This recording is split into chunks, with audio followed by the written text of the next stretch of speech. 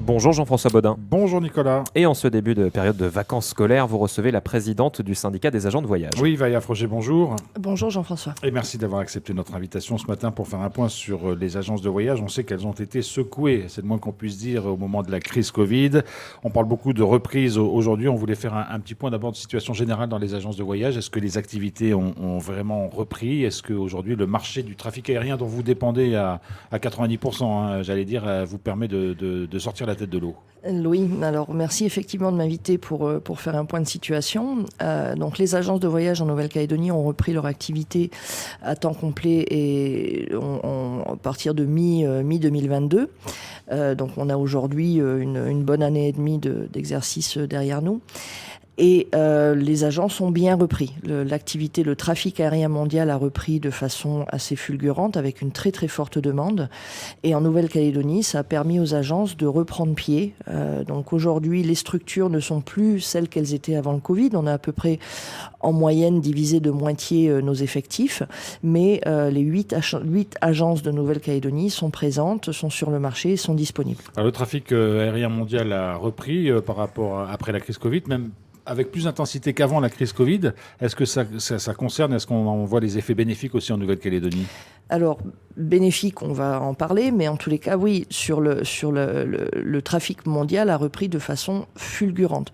Il y a eu une très très forte demande en 2022 qui a mis une pression sur les prix, puisqu'il n'y avait pas d'autant de sièges qu'il n'y avait de demande.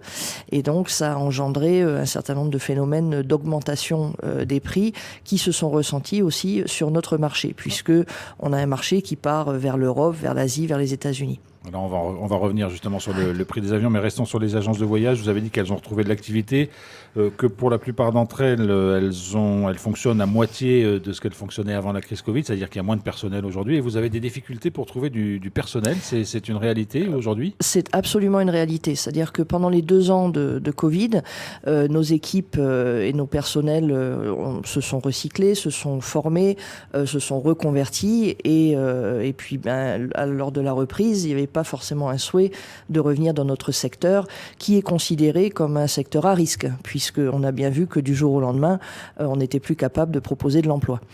Et donc on a repris notre activité avec un problème de compétences, puisqu'il nous fallait retrouver ces compétences. On a des logiciels métiers. Alors on ne s'improvise pas agence de voyage. Absolument pas. On travaille avec un logiciel métier très spécifique, et si on ne sait pas l'utiliser, eh bien on ne peut pas produire et on ne peut pas être agent de voyage. Et donc on a là-dessus trouvé un certain nombre de palliatifs. Il a fallu former au sein de nos agences en même temps que la reprise, donc ça c'est pas toujours évident. Et on a beaucoup travaillé aussi avec les équipes des BTS Tourisme, que je remercie, pour mettre sur pied l'année prochaine un programme de formation en alternance. C'est-à-dire que le plus gros problème des BTS Tourisme, c'est qu'ils sortaient de leur BTS avec un diplôme certes, mais sans les compétences qu'il fallait pour être en agence de voyage. Donc à partir de l'année prochaine, il y a une section qui s'ouvre en alternance et c'est une très bonne nouvelle. Ça veut dire que c'est un secteur qui va recruter. Il y a vraiment des besoins pour que les agences se redéveloppent et retrouvent finalement leur superficie d'avant crise Covid? Absolument, il y a du potentiel puisque la demande est forte, les besoins sont forts. Je pense que le marché, les clients se sont rendus compte que une agence de voyage, ça avait toute son utilité, qu'on n'était pas forcément plus cher qu'Internet. Effectivement, il y a des frais de dossier puisque nous sommes des prestataires de services. Donc il y a des frais de service, mais que ces frais de service sont justifiés puisque vous avez en face de vous des professionnels dont c'est le métier et qui sont là pour vous. Et ça, c'est un point sur lequel vous insistez régulièrement parce que vous voyez des gens qui cherchent des billets sur Internet, qui sont confrontés à des difficultés, puis qui viennent vous voir, mais là, c'est trop tard souvent dans bien des cas. Absolument, moi j'insiste tout particulièrement là-dessus puisque chacun a pu effectivement utiliser Internet. Le voyage sur Internet existe depuis une vingtaine d'années à peu près. Et pourtant, les agences de voyage sont toujours là. Donc c'est bien qu'on a une utilité, qu'on a un vrai métier entre les mains. Je compare souvent nos équipes et nos agences à des plombiers ou des serruriers. C'est-à-dire que vous pouvez, si le toilette ne fonctionne plus à la maison, vous pouvez tout seul aller acheter l'équipement et faire la réparation tout seul, au risque d'avoir des surprises. Voilà.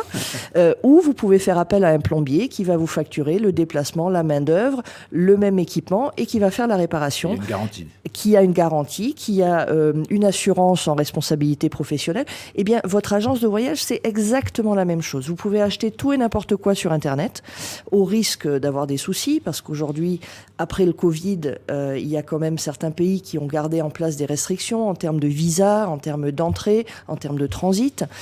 Et nous, ça, c'est notre métier de tous les jours. Et par contre, les agences de voyage ne peuvent rien faire si une personne rencontre des difficultés lors d'un achat d'un billet par Internet et qu'elle vient vous voir en disant aidez-moi, quoi. L'entité qui a émis votre billet d'avion est propriétaire de votre billet d'avion. Si vous avez pris votre billet sur Internet, c'est Internet qui a émis le billet. C'est le seul à pouvoir y toucher. Et donc, effectivement, une personne qui s'est trompée d'une lettre ou qui s'est trompée de date ou qui n'a pas vu le temps de transit, qui vient ensuite nous voir en agence, eh ben, je m'excuse au nom de toutes les agences, mais on ne peut rien faire puisque c'est Internet qui a émis votre billet. Voilà. Alors, Vaïa Froger, parlons aussi des nouvelles destinations qui s'offrent aux Calédoniens, parce que depuis un peu plus d'1 an maintenant, il y a la liaison vers Singapour qui est active. Est-ce qu'elle fonctionne bien? Est-ce qu'elle remplit, selon vous, le but qui était espéré? Puis on voit d'autres liaisons s'ouvrir plus récemment. Il y a Fiji Airways vers Nandi, il y a la ligne de Melbourne, Air Calin qui s'est réouverte. Est-ce que tout ça profite finalement au marché calédonien? Oui, alors d'abord un premier point sur la destination Singapour. C'était une destination qui est très attendue. C'est un hub qui est très très apprécié des Calédoniens, mais du monde en général. On va rappeler que c'est le 7e plus gros hub de la Terre, donc avec un aéroport qui est absolument fantastique. Mais ça engendre aussi quelques contraintes. C'est une destination qui est très très appréciée. Et de ce fait, lorsqu'on y arrive, on a le choix d'Interline. On peut prendre beaucoup de compagnies à partir de Singapour, mais pas forcément à des tarifs très attractifs, puisque la demande étant très très forte, les tarifs aussi sont très hauts. Vous avez mentionné aussi la ligne Melbourne, donc c'est une réouverture, n'est-ce pas? Et ça aussi, c'est une destination qui est appréciée des Calédoniens. C'est aussi pour attirer un peu plus le marché australien vers la Calédonie. Mais pour nous, agence de voyage, c'est une destination qui est importante puisqu'elle nous ouvre les portes sur des connexions vers l'Asie, vers l'Europe, vers le Moyen-Orient, qui sont très appréciables. Et comme c'est une ligne qui vient de réouvrir, on a évidemment plus de place à proposer à des tarifs intéressants. Il reste la liaison sur Fidji. Alors, c'est souvent dans l'autre sens, c'est un peu plus compliqué. Alors, c'est effectivement, c'est naturellement, c'est pas notre sens de départ, j'ai envie de vous dire. Nous, le marché calédonien a plus l'habitude de s'envoler vers l'Australie, vers l'Europe, dans ce sens-là. Donc, on a aujourd'hui la destination Fidji qui ouvre avec deux compagnies aériennes qui proposent des vols directs, puisque Air Calin et Fiji Airways proposent chacun ses vols. Ils ne sont pas en code-share, c'est-à-dire qu'ils ne partagent pas des sièges. Et donc, on a effectivement cette ligne qui nous propose d'aller vers Fidji et plus loin, puisqu'avec Fiji Airways, on a des opportunités vers les États-Unis, vers le Canada, qui sont intéressantes. On a aujourd'hui quelques difficultés à faire décoller ce marché au point de vue voyage, puisqu'on parle bien de voyage, donc de sortir de la Nouvelle-Calédonie, parce que instinctivement, c'est pas la première intention de nos clients. On a aussi un travail, on a commencé un travail avec Fiji Tourisme pour obtenir des hébergements un peu plus abordables. Il faut savoir que Fidji a un très très gros marché américain, et que donc les tarifs s'en ressentent. Voilà. Donc on a un travail à faire sur cette destination. Dernière question, Vaïa Frogel, concerne les tarifs, et ça intéresse aussi beaucoup les auditeurs qui sont un peu perdus, il faut bien le dire, sur des variations de tarifs sur certaines lignes qui, d'un mois à l'autre, peuvent augmenter ou baisser sensiblement.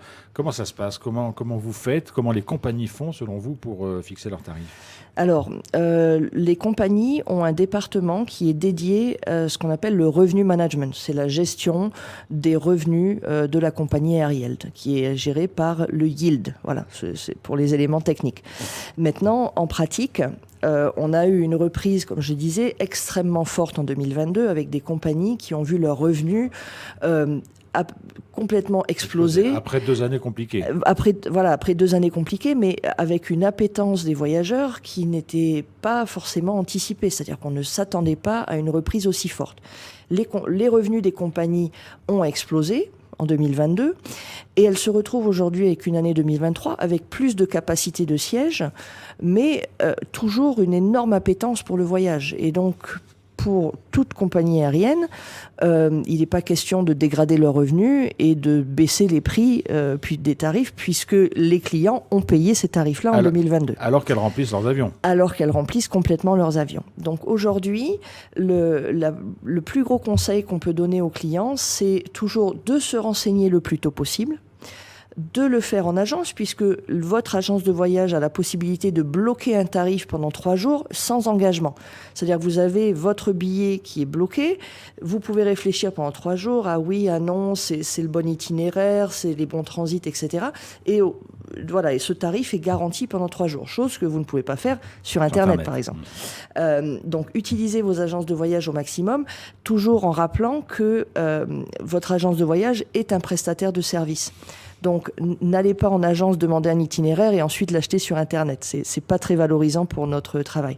Donc, ce qui est certain, c'est que pour obtenir les meilleurs deals, pour obtenir le meilleur tarif, il vaut mieux s'y prendre à l'avance et il faut être flexible aussi. C'est-à-dire que si vous voulez faire un Nouméa métropole avec une seule correspondance à cette date précise, votre agent de voyage ne va pas forcément vous proposer le meilleur tarif. Il faut toujours, dans ce monde post-Covid, la meilleure solution, c'est d'avoir de la flexibilité pour trouver le meilleur tarif. Mais est-ce qu'il est vrai que plus on s'y prend tôt et plus on trouvera le tarif intéressant ? Alors, c'était 100% vrai avant le Covid. Avec cette reprise post-Covid, je vais vous dire que c'est vrai à 70%. Sur la majorité des lignes, et particulier sur notre bassin pacifique, c'est toujours vrai. Plus l'avion est vide, plus le tarif sera intéressant. Plus l'avion se remplit, plus le tarif va augmenter. Ça, c'est sur notre région, Australie-Pacifique, c'est toujours vrai. Sur l'Europe, on va pouvoir avoir parfois des bonnes surprises. Mais tant que la demande sera élevée, cette règle restera vraie. Plus tôt vous vous y prenez, meilleur le tarif sera. Vaïa Frogier, présidente du syndicat des agences de voyage, merci beaucoup d'avoir été notre invitée ce matin. Merci pour votre invitation.